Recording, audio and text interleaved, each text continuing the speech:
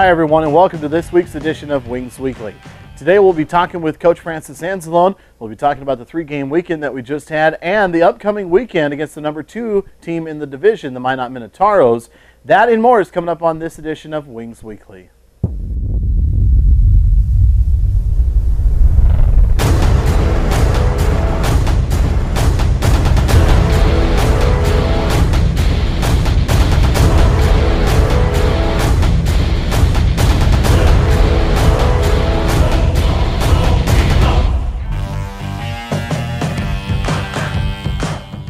And welcome back to Wings Weekly, and joining us now is head coach Francis Anzalone. Thanks for taking some time. My pleasure. All right, Coach, a big weekend actually, three-game weekend for us, and took 2 out of them. You give us a little rundown. Thursday night, we talked about this on last week's show about going into the VFW Center there in Bismarck. Kind of tell us what your thoughts were on the game there. Well, we scored the first goal of the game. I liked our first 3 or 4 minutes of the game, and then Bismarck, I thought, had the advantage in place slightly through the remainder of the first period. Luke Kania made some key saves at key times. Then I thought we had a really solid second period. We scored some goals. We took the lead. We scored 2 shorthanded goals. Our special teams were pretty good in Bismarck. And then in the third period, I thought the shots were a little blown up. I don't think that they were totally accurate how they were being kept in Bismarck, but they did have the shot edge in the third. And we buckled down and we defended. Listen, we did get outshot. But I don't necessarily think that we got outplayed the entire game. I just thought we had to defend. We did a good job sticking to our structure. Kania made about 4 or 5 real key saves at key times. We gave up the goal in the last minute, which we don't like, but we put that behind us. We had a good short-term memory. We generated a nice chance or 2 in overtime. And then we've been real good in the shootout in terms of offense and scoring. Bitsakis was real good for them. And this was the shootout game where we needed our goalie to be our best player. And Luke Kania was 5 for 5, and Mike Soucier came through with the big goal in the last round for us. So all in all, a big 2 points in Bismarck. We started off the 3-game set on a good note, played hard, played as a team, got 2 points, and had some positive energy going into Friday. All right.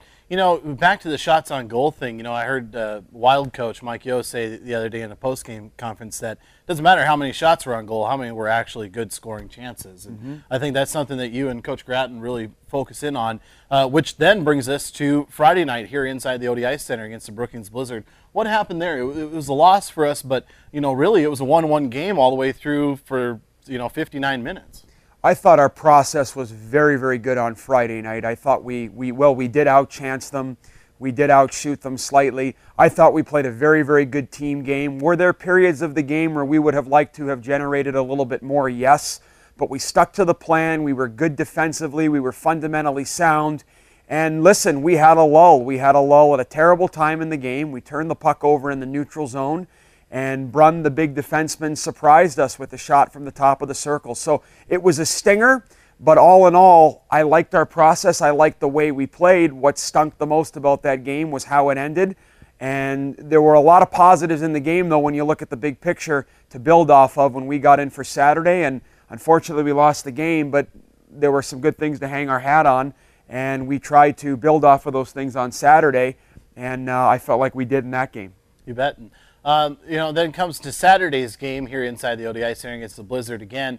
Kania back in net for the Wings and just got his first NAHL win on Thursday and had already gotten a weekly honor from the league. And he's been playing well of late. Tell us about his run-through on Saturday. Yeah, he played very well for us on Saturday night. Getting back to Friday, because you had brought up scoring chances, which is absolutely correct. I believe scoring chances, that's the statistic that gives you the accurate picture of how the game went. We counted them at about 10-7 us on Friday night.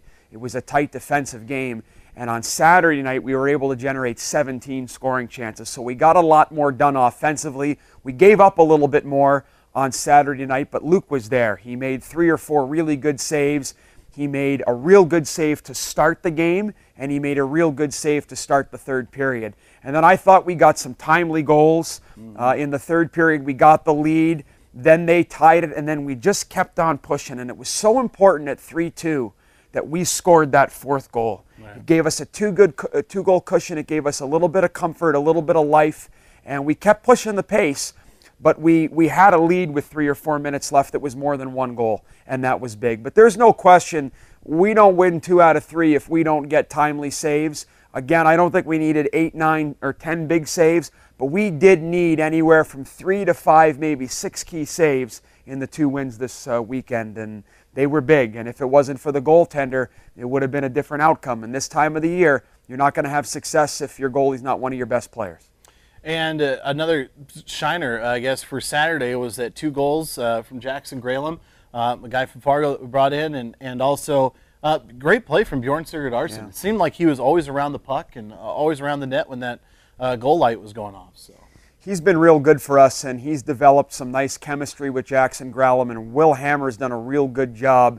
There's a shortage of big centermen in the game, big players that can play center ice and do the job well. And Will Hammer at 6'2½", 210 pounds, does a really good job of giving us a heavy presence up the middle. And Bjorn's been good. He's worked really hard. He's had a great attitude. Like I said, he's developed some chemistry with Jackson and with Will. And Graham's been an interesting find who came to us just after Christmas time from Fargo. And he's a kid that's kind of come out of nowhere. He's a little bit of a puck magnet. He has a nose for the net. He loves to score. And what I'm most proud of with Graham is his 200-foot game. His defensive play is getting better, and with that, he's been able to produce more. So that's a group of 3 right now, Graham, Hammer, and Sigurdarsson, that enjoy playing together. They play hard, and they complement each other very well. I don't know about you, Coach, but watching this, especially on Saturday, being as it was a 3-game weekend, that has to wear on the legs. But Saturday seemed like our players were hitting other gears and still getting down the ice.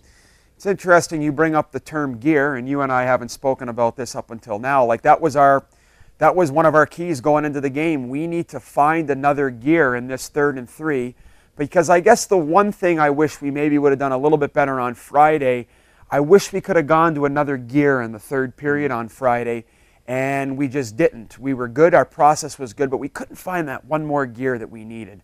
And I thought on Saturday, 9th period in 3 days, actually more than 9 if you count the overtime on Thursday. I thought we did a good job pushing the pace and leaving it all on the ice. And I was proud of that. I think it's a byproduct of our conditioning. I attribute it even more to the want-to of the players. They really wanted that game. They really wanted that 3rd period. They pushed, and I tip my hat to them. A lot of character in the dressing room in that final 20 minutes, and I'm real proud of how we played. You bet. Coach, let's kind of preview what we've got for this weekend at home and then away against Minot Minotauros. And obviously we've seen them all season long. We know about John Lizotte out on the point. We know about all the forwards they've got and the speed they've got. What is an area that we want to focus in on when we go? Is it something on us or something that Minot does? We just want to be the best 3-zone team that we're capable of being. Minot works extremely hard. They have a number of older players that compete every single night. They're good off the rush. Their goaltender's solid in Tolvanen. And like you said, they have 2 Lizottes who are unrelated. The older defenseman who can really rip the puck and plays a ton for them. And then the younger Lizotte, Blake Lizotte, who's committed to St. Cloud State, is really speedy. I guess when you bring up Minot, it's easy to talk about the Lizottes, but they're a very, very good team. They get contributions from everyone. They've done a real good job this year. Their coach, Marty Murray's done a fantastic job with that culture and that program.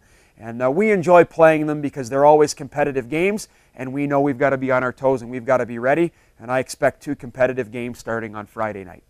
Indeed, and coming up this weekend, we will be taking on the Minot Minotauros Friday here inside the ODI Center, on Saturday on the road. And Friday will be the last home game of the regular season here inside the ODI Center, so we look forward to seeing all the Wings fans in the house. We'll actually talk about home ice, and we'll also talk about some new faces you may see on the ice come Friday. That'll be coming up next on Wings Weekly.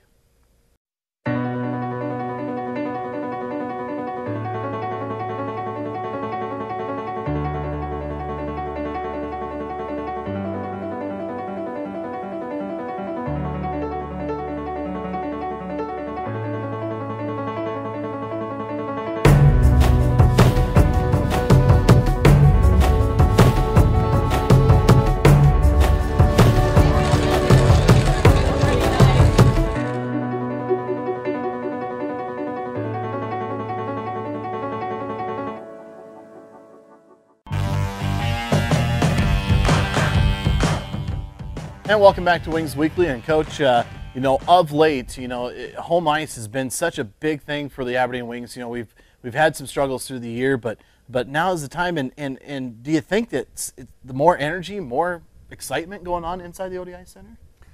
Well, one thing is for sure, our fans give us a lot of energy every single home game. We have the best fans in the league. This is an electric building to play in.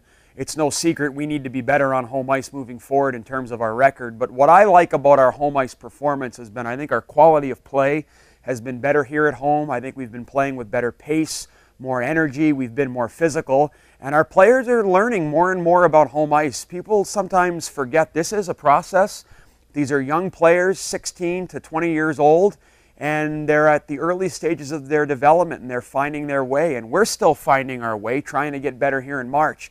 And this is an area I think we have improved in over the last few weeks, has been just our overall attitude, our demeanor, and our want to at home. We're figuring out the investments we need to make in the game to help our cause as the game goes on, and also to get the crowd involved and get the crowd to be the sixth skater on the ice. So I've liked our physicality, I've liked our edge. I think it's been improved here at home. I look at even the weekend against the Magicians.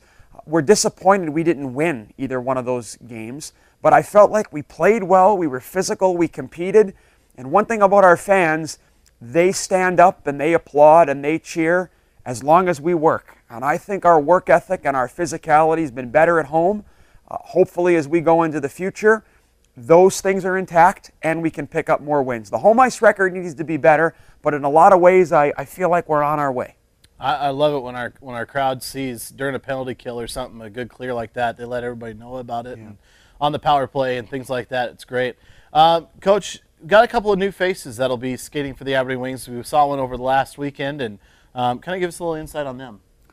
Yeah, Josh Passholt, one of our tendered players from Maple Grove, Minnesota. He is a Hayward, Wisconsin native, right, who played at Maple Grove High School this year. He joined our club after his season ended, and the fans got a chance to see him. He's a 6 foot, 165 pound, smooth skating forward, good skill, good hockey sense, good speed, and real good competitor who enjoyed playing in front of the home crowd. He did a real good job stepping in for us. He gave us a left wing presence with Colin Hughes and Drew Doyon on the right side.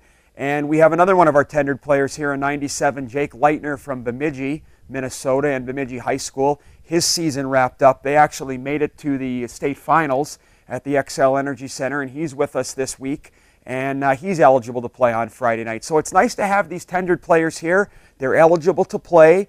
They can help our team if they get into the game.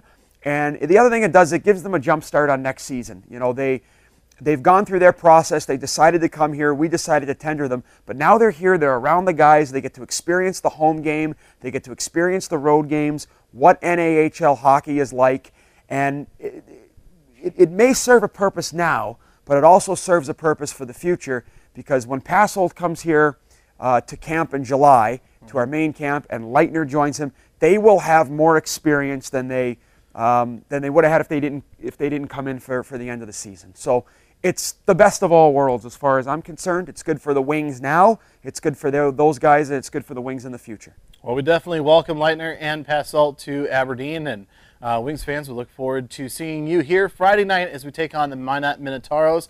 We'll talk about that game and the road game on Saturday next here on Wings Weekly.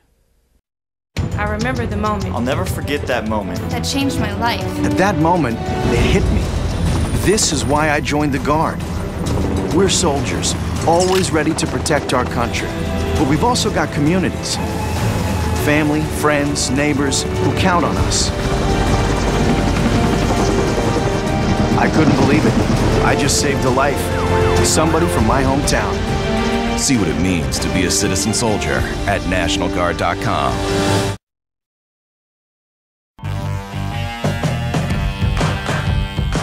And a big thanks to Coach Anzalone for joining us on this edition of Wings Weekly. Well, coming up this weekend, Friday night, we are home inside the ODI Center for the final regular season home game of the 2014-2015 season. You can see your Aberdeen Wings take on the Minot Minotauros here inside the ODI Center.